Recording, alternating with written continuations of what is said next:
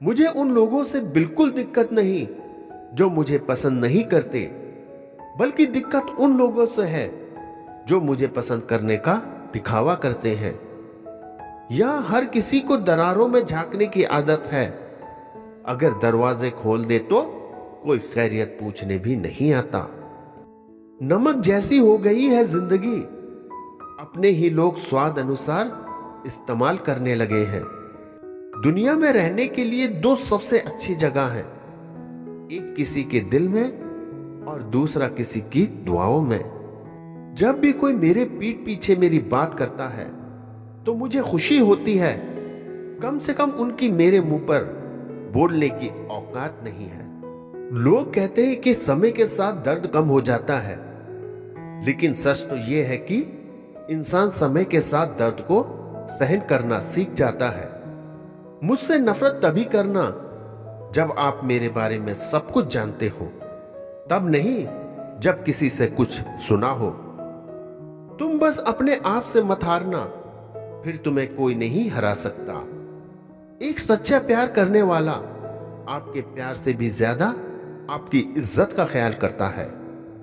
कुछ लोग धोखा देकर भी अपने आप को गलत नहीं मानते, कुछ लोग धोखा खाकर भी खुद को गलत मानते हैं।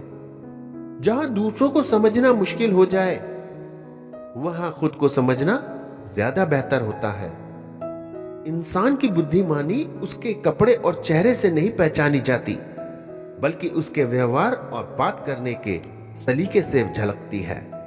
सभी के गिले शिकवे मिटाने का ठेका मत लो, क्योंकि ये कभी खत्म नहीं होंगे।